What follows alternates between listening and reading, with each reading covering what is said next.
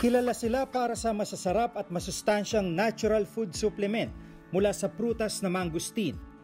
Pero bukod pala sa mangustin, gumagawa rin sila ng iba pang mga produkto mula naman sa iba pa nilang mga tanim dito sa kanilang organic farm sa Samal Island sa Davao.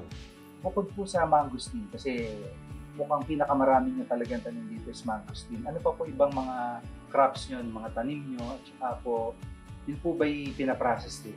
Meron din po kaming Guayabano, kasi kung mangustin, abot ng 10 years bago tayo magkaroon ng production. So, kapag ito kami sa Guayabano, 2.5 years lang, meron na tayong production ng Guayabano.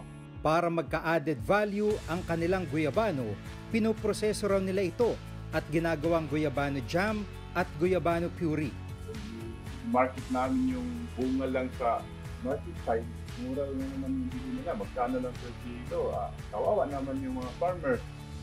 Paano naman namin ma-recover yung mga expenses namin dito? Paano kami maka-additional income para at least marami rin kami matutulungan ng mga workers. Doon kailangan din namin yung income.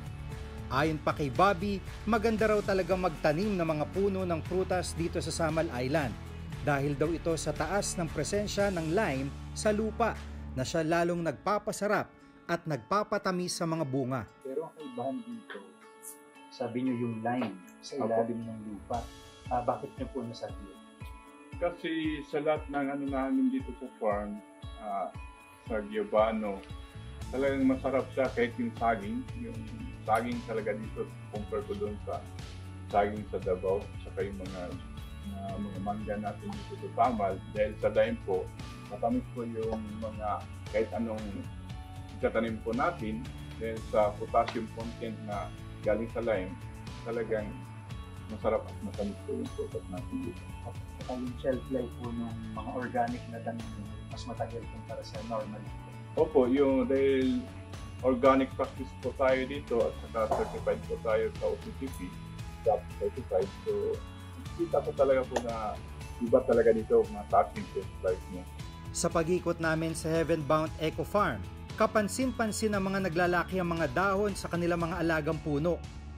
Ayon kay Bobby, resulta raw yan ng kanilang matyagang pag-aalaga gamit ang kanilang mga organic practices. Yung fulfillment na nakukuha po dahil magaganda po yung nakikita yung bunga. Masasabi ko talaga is dahil sa favor ng Lord talaga, araw-araw hindi ko namin talaga ito.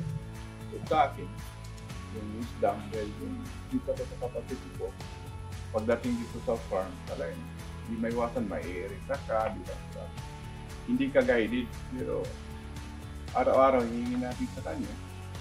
Yung mga favor gaya nito, sarap talaga ng pakiramdam, talagang happy talaga.